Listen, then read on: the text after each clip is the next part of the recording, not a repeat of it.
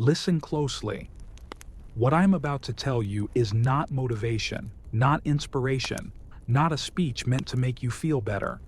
It is a revelation that may challenge everything you believe about your struggles, your failures, and the storms that have shaped your life. There are two kinds of people in this world: not rich and poor, not educated and uneducated, not lucky and unlucky. No. Humanity splits in a far deeper way: those who survive life and those who master it. There are people who live every day exhausted, defeated before the battle even begins. They move through life like shadows, complaining, doubting, hoping the world will be gentle with them. And then there are the rare few who stand tall where others break. They are the ones who rise after falling, who smile in the middle of chaos, who push forward when logic says to stop. They bend reality by the strength of something you cannot see, cannot touch, but can feel the moment you meet them. And the difference between these two types of people is not intelligence, luck, or privilege. It is attitude, but not the shallow kind. I am talking about a positive mental attitude, not as a cliche, not as a smile you paste on your face, not as fake optimism whispered to drown your pain. I mean a force that moves the invisible gears of your destiny, a spiritual power that determines the meaning you give to every moment of your life, a lens through which you interpret the world, and the world, in return, responds. To understand this force, you must know something. For over 20 years, I studied the minds of the strongest men of the early industrial age. I sat with Andrew Carnegie, a boy who arrived in America with nothing but hunger in his stomach and a fire in his heart. I spoke with Thomas Edison, a man who failed thousands of times before the world celebrated him as a genius. I listened to Henry Ford, who was rejected, doubted, mocked, and nearly crushed by bankruptcy, yet refused to stop.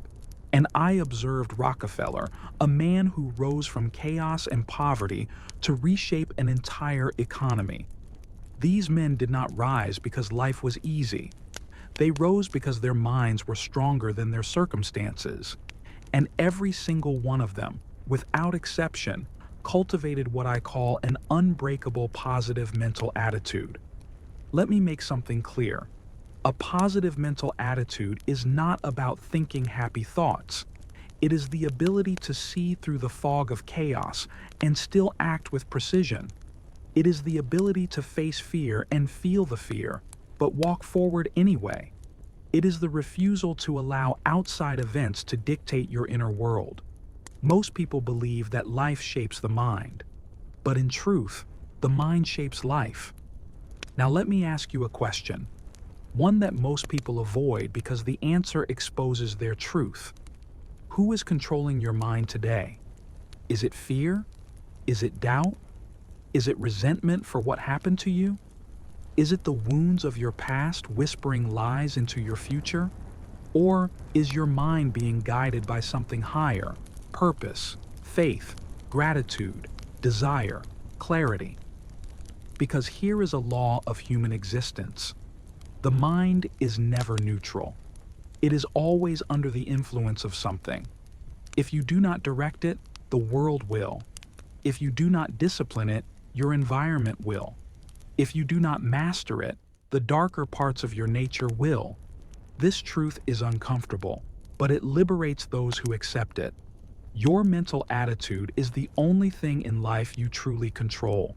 Not people, not circumstances, not the economy, not the weather, not the past, only your attitude. Some people hate this truth because it destroys their excuses. They want to believe their failures were caused by bad luck, the wrong timing, or someone else's choices. But if you dare to embrace this idea, if you dare to believe that you are the master of your mental state, your life changes instantly. Because what you think about, you attract. What you dwell on becomes the blueprint of your reality. What you expect, you magnetize into your life. I will tell you a story. A young man once came to me, desperate and exhausted. "I try to stay positive," he said. But life keeps beating me. I don't know why nothing changes. I looked at him and asked, "What is your purpose?" He said nothing, because he had none. And that is the silent tragedy of millions of people. They expect strength without purpose, clarity without direction, victory without a reason to fight. But no mind, no matter how gifted, can develop power without a burning aim. A man without purpose is like a ship without a compass, always drifting, always pushed by currents stronger than himself. And the drifter is always controlled by circumstances, by fear, by doubt, by the opinions of others.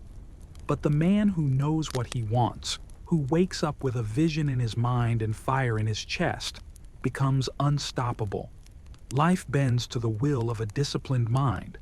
Adversity fears the man who refuses to be moved. You must understand this. A strong mental attitude is not something you have. It is something you build, like a fortress brick by brick. And it begins the moment you declare, "My mind belongs to me," not to fear, not to doubt, not to the past, not to the enemy, to me. That declaration is the birth of power. The moment you stop being a passenger in your own life and become the pilot, it is the moment destiny begins to shift in your favor. And that, my friend, is where your journey starts. Chapter 2: The Enemy Within. How negativity invades the mind and how purpose saves it. There comes a moment in every person's life when they finally realize that the greatest battles are not fought in the world, but in the mind. Not against rivals, critics, or circumstances, but against the voice that whispers when you are alone. The voice that questions your worth, magnifies your fears, and poisons your purpose. And in that silent war, most people lose long before they even recognize the enemy. Let me tell you a truth so simple, yet so powerful, that it can change the direction of your entire existence. Your mind is the only territory on earth over which you have absolute, unquestionable control. Not partial control, not occasional control, complete control. But if you do not defend that territory, something else will occupy it. Negative thoughts are not visitors, they are invaders. They do not knock. They do not ask permission. They study your weaknesses, memorize your insecurities, and wait for the exact moment when your guard is down. When you're tired, when you're stressed, when you're disappointed, that is when they attack. And if you let them in, they do not leave quietly. They take your confidence. They take your clarity. They take your courage. They take your future. Most people never understand this. They think negativity is something natural, something automatic, something that just happens when life gets difficult. But negativity is not a reflex. It is a habit, a mental pattern, a learned reaction, and everything learned can be unlearned. Let me explain something that few people ever discover. The mind is constantly being shaped by the input you allow into it. Your thoughts, your conversations, your environment, your entertainment, your routines. Every one of these influences is either building you or breaking you. There is no neutral influence. There is only direction, forward or backward. This is why the most dangerous place you can ever be is in a mental state without awareness. Because an undirected mind becomes a magnet for fear. A drifting mind becomes a playground for doubt. A passive mind becomes a battlefield already lost. And nothing creates drifting faster than lack of purpose. A mind without purpose is like a house without a door. Anything can enter, anything can stay, anything can rewrite the rules of your thinking. But a mind anchored by purpose is like a fortress, guarded, disciplined, untouchable by chaos. Let me share with you a lesson that reshaped my entire philosophy. When I studied the great men of history, I searched for the one common thread between them. Not their wealth, not their opportunity, not their education, because many had none of these. The one thing every extraordinary achiever possessed was absolute clarity of purpose. a burning desire so strong, so persistent, that it organized their thoughts, commanded their actions, and disciplined their emotions. Their purpose was not a hobby, not a dream, not a wish. It was an identity, a mission, a reason to endure suffering without breaking. Andrew Carnegie's purpose drove him from poverty to becoming the master of steel. Edison's purpose kept him working through 10,000 failures. Ford's purpose helped him survive collapse after collapse until he changed transportation forever. But the ordinary man drifts not because he is weak, but because he has nothing powerful enough to anchor his mind. Purpose is not optional. Purpose is oxygen for the mind. Without it, negativity suffocates you. Now let me tell you something that will sting. You cannot build a powerful mind while living in a weak environment. You cannot develop strength surrounded by people who feed your doubt. You cannot rise when you spend your time with those who crawl. Environment is stronger than will, always. You may try to stay positive, but if your environment drags your mind into darkness, you will drown. Not because you are incapable, but because you allowed your surroundings to think on your behalf. And if you do not think for yourself, someone else will. This is why controlling your input is one of the greatest disciplines of life. You must guard your ears from negativity, guard your eyes from distractions, guard your time from those who steal your energy, guard your mind from the thoughts that seek to rule you. When a negative thought appears, and it will, you must treat it like a criminal at your door. Do not negotiate, do not entertain, do not question its intentions. Reject it immediately, forcefully, deliberately, and replace it with a thought rooted in strength. You must learn the art of mental interception, catching the thought before it becomes a belief, catching the doubt before it becomes fear, catching the fear before it becomes a habit. This is what the great achievers mastered that ordinary people never understood. They did not wait to feel positive. They commanded their thoughts until their feelings followed. They used their purpose as a weapon, a shield, a compass, a source of endless energy. And this is what you must do as well. Sit with yourself and ask, what force is guiding my mind? What thoughts do I allow to rule me? What purpose is powerful enough to give direction to everything I do? Because until you choose a purpose, negativity will choose one for you. A weak mind is a mind without mission. A drifting mind is a mind without ownership. A fearful mind is a mind without direction. But a mind with purpose becomes a force of nature. It becomes disciplined. It becomes focused. It becomes dangerous to anything that tries to stop it. Because a person with purpose cannot be broken by what breaks ordinary men. They cannot be controlled by fear.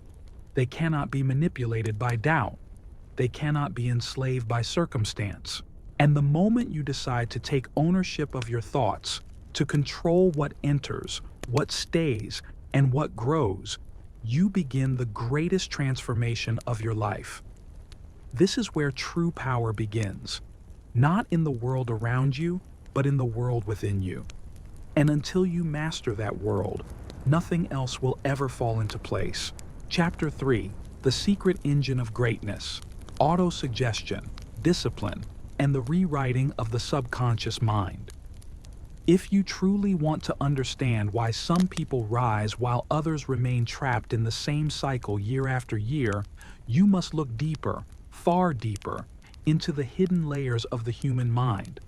Not the conscious layer, where logic lives, but the subconscious, where identity is formed, where belief is shaped, where destiny is decided long before action takes place. Every great transformation in human history began not with a new opportunity, not with a lucky break, not with a miracle, but with a new belief system forged inside the subconscious mind. Let me tell you a truth that has built empires, moved nations, and turned ordinary men into legends. Your subconscious mind accepts whatever you repeatedly tell it, whether it is true or false, empowering or destructive.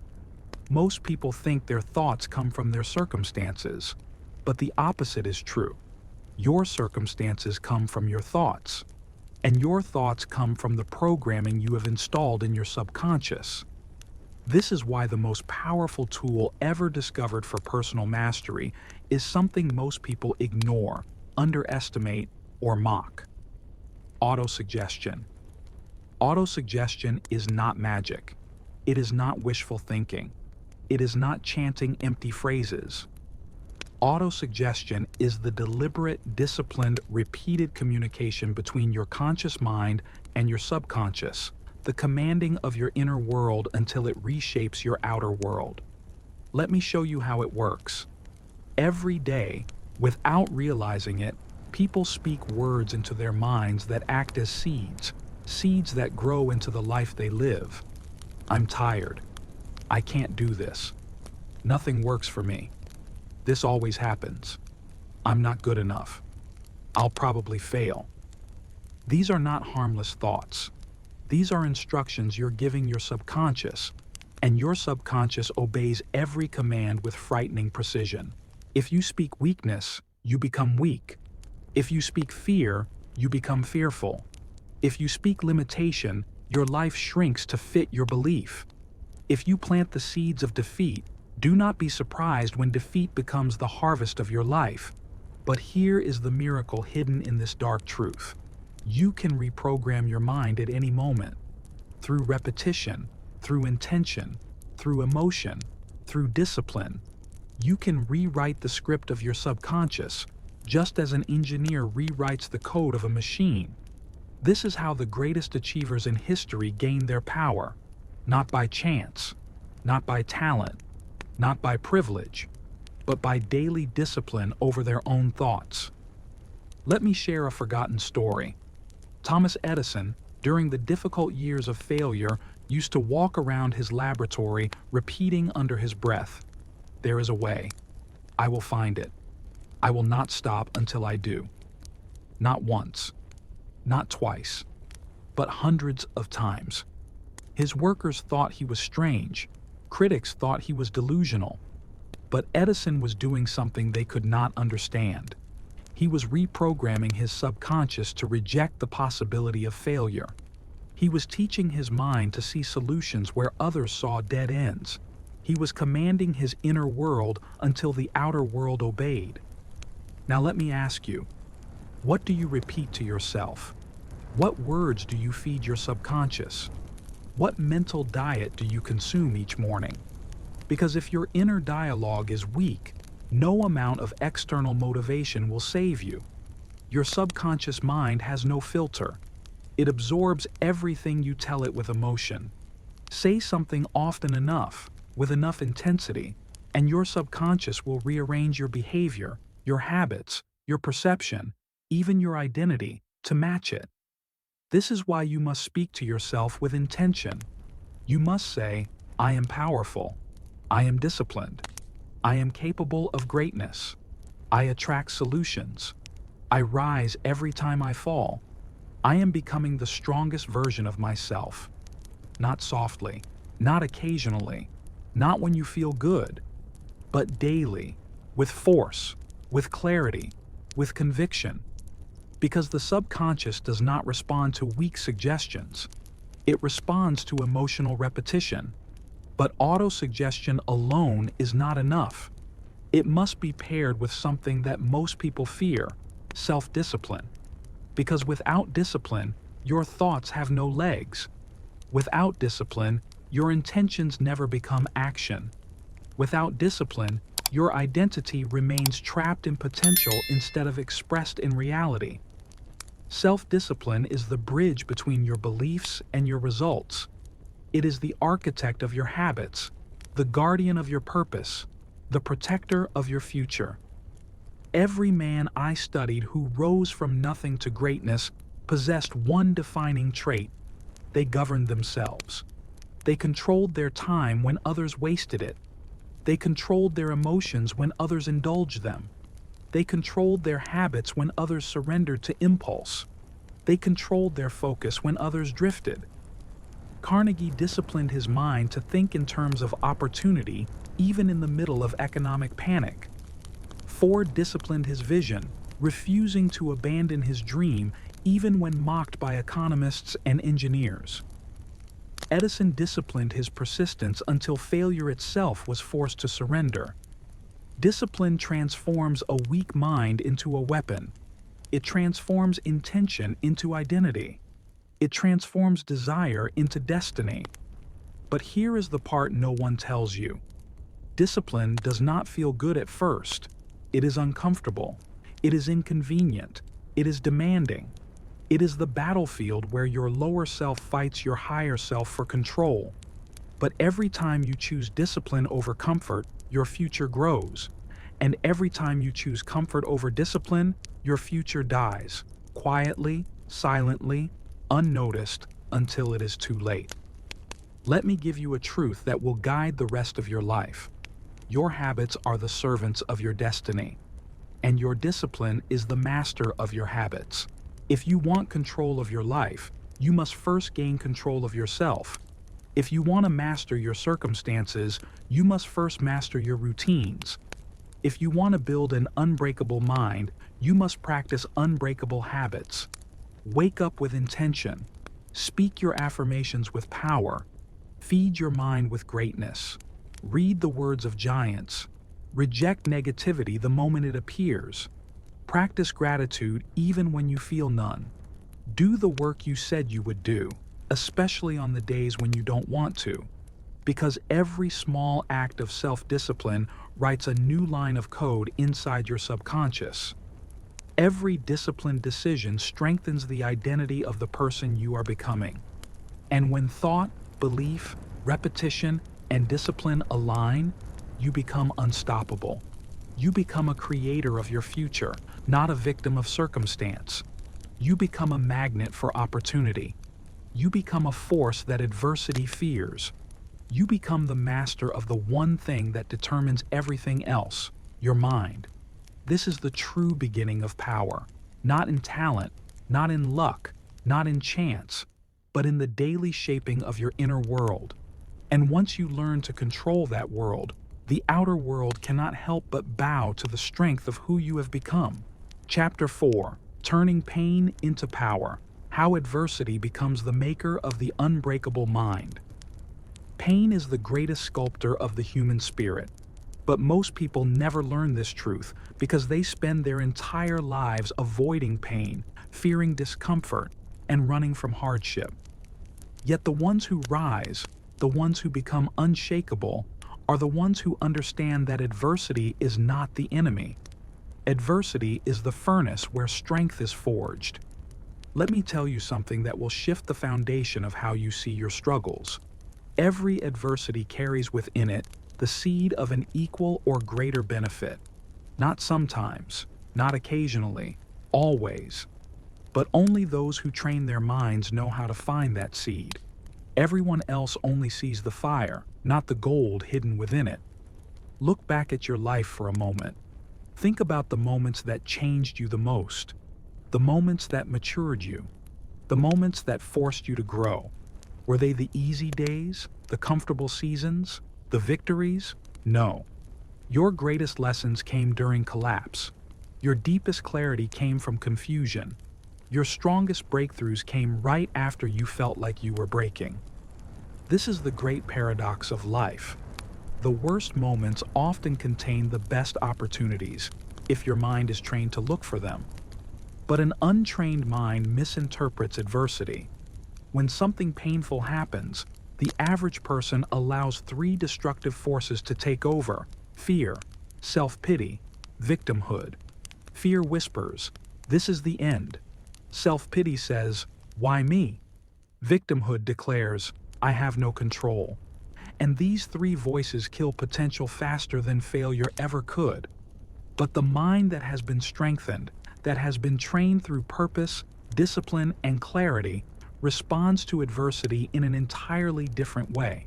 When difficulty strikes, the empowered mind says, "This pain is preparing me. This setback is redirecting me. This delay is protecting me. This hardship will make me stronger. This is not delusion. This is not forced optimism. This is mental alchemy, the ability to transform any obstacle into fuel. Two men can live the same experience. One becomes bitter, the other becomes better. The difference is not circumstance. The difference is mental attitude. Let me tell you a story of two men who faced identical tragedy. Two workers at a steel mill were laid off on the same day. Both had families. Both had bills. Both felt the sting of fear. But one man fell into despair. He spent weeks blaming the economy, blaming his boss, blaming fate. His belief in himself dissolved, and soon everything else followed. The other man reacted differently. He took the hit, felt the sting, but then said, "This is my moment. This is the push I needed." He studied. He improved his skills. He started a small repair service. Within a year, he was employing others. What destroyed one man gave birth to another. Same event, different mindset, different destiny. This is why I say, you are never a victim of circumstance. You are only ever a victim of your response. Life will strike you. Life will test you. Life will put obstacles in your path. But it is your interpretation, your meaning, that determines whether you rise or fall. You cannot always control what happens, but you can always control what it becomes. Adversity is simply raw material. You decide whether it becomes a prison or a foundation. Now let us speak about an enemy far more destructive than hardship itself. People who feed your weakness. There is a kind of person who sees your ambition and feels threatened. A kind of person who mocks optimism because they fear what it reveals about their own resignation. A kind of person who calls you delusional, not because you are wrong, but because they are afraid of what you might become. These individuals are mental infection. If you allow them into your mind, they will contaminate your vision. If you share your dreams with them, they will sabotage your confidence.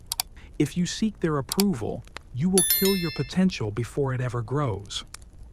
Let me tell you a brutally honest truth. Most people are addicted to mediocrity. They are comfortable complaining. They are committed to their limitations. They fear change more than failure. They cling to negativity as if it were a lifeline. And when they see someone rising, someone building discipline, purpose, mental strength, they react with hostility. Not because you did anything wrong, but because your growth exposes their stagnation. You must distance yourself from people who feed your fear. You must avoid those who normalize weakness. You must protect your mind from those who live in darkness and try to drag you into it.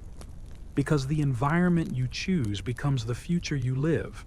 A bright mind cannot survive in a dark room. A strong mindset cannot thrive in weak surroundings. An ambitious spirit cannot grow among people who worship comfort. If you want an unbreakable attitude, your environment must reflect your intention. Study greatness. Surround yourself with disciplined people. Consume powerful ideas. Immerse your mind in examples of resilience, grit, and transformation. Because your mind becomes what you feed it, and adversity becomes manageable when your internal world is strong. Now let's return to the truth that many people refuse to accept. Life will never stop testing you. The goal is not to avoid hardship. The goal is to become someone hardship cannot break. You must build a mindset that converts pain into progress. A mindset that interprets challenges as catalysts. A mindset that says, every hit makes me stronger. The strongest steel is forged in the hottest fire. The tallest trees grow in the harshest winds. The greatest souls emerge from the deepest trials. Do not fear the storm. Walk into it with purpose.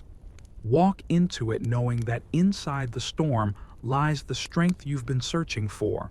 Adversity will shape you, but you decide whether it sharpens or shatters you. And when you finally see life this way, when you stop asking, why is this happening to me? And start asking, how is this happening for me? you will begin to feel the shift inside your mind. A shift from victim to creator, from fragile to resilient, from breakable to unbreakable. This is the transformation. This is the power.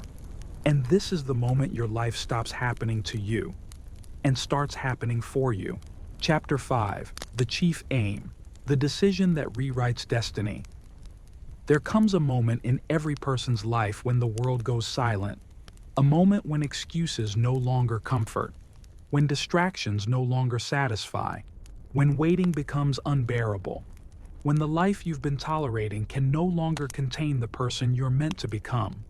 That moment is the birthplace of destiny, and it always begins with a decision, not a wish, not a dream, not a vague hope that things will get better someday, but a decision so clear, so powerful, so absolute, that the entire direction of your life bends under its weight. This chapter is about that decision, and the force that gives it life, your definite chief aim. Most people live without this aim. They wake up, work, eat, scroll, sleep, repeat, living in a cycle they didn't design, drowning in routines they didn't choose, marching in a direction they never questioned. They drift through life like leaves blown by the wind, pushed and pulled by problems, by fears, by other people's expectations. And drifting is the slow death of potential. Let me tell you a truth most people ignore. Without a chief aim, the mind becomes its own enemy. It fills the vacuum with worry, fear, doubt, distraction. It becomes a wandering fire, dangerous, unfocused, burning everything except what matters. But the moment you choose a purpose, the moment you carve a direction into the map of your life, your mind begins to reorganize itself around that purpose.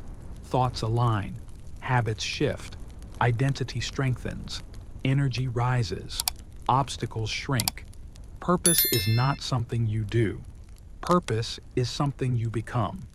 A chief aim is not a goal. It is a destiny you commit to until reality has no choice but to follow. Let me take you into the stories of the ones who understood this truth. When Andrew Carnegie was a young boy working 12 hours a day in a factory, he wrote his purpose on a piece of paper.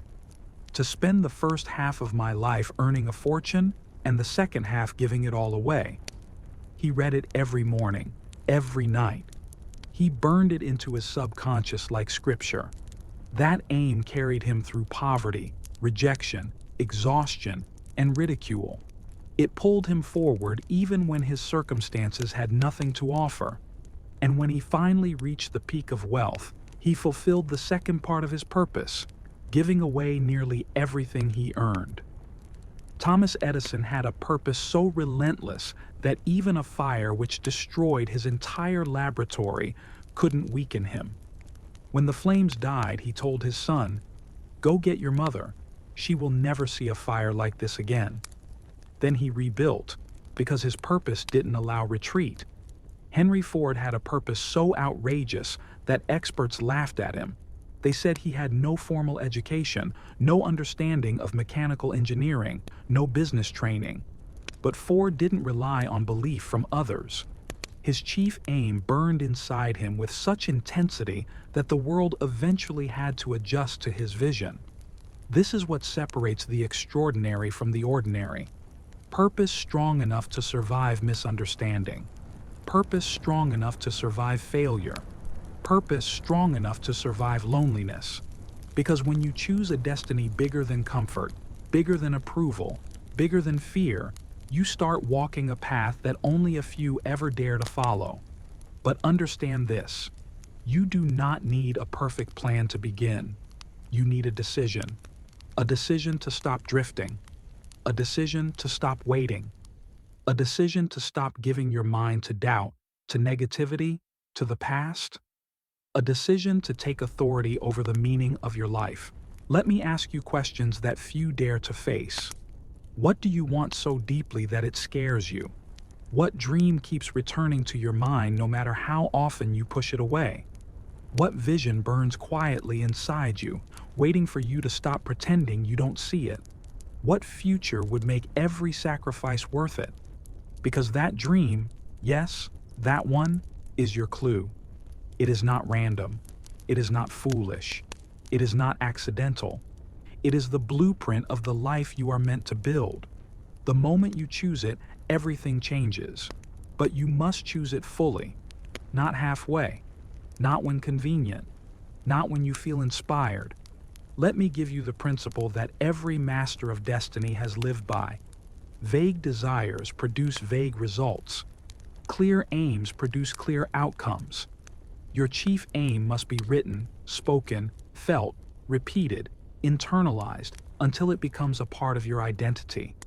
You must say it out loud every morning to command your subconscious. You must repeat it every night to seal it into your mind. You must act on it daily to prove to yourself that it is real. When your purpose becomes a habit, your identity changes. When your identity changes, your behavior shifts. When your behavior shifts, your results reshape. When your results reshape, your destiny bends to your will.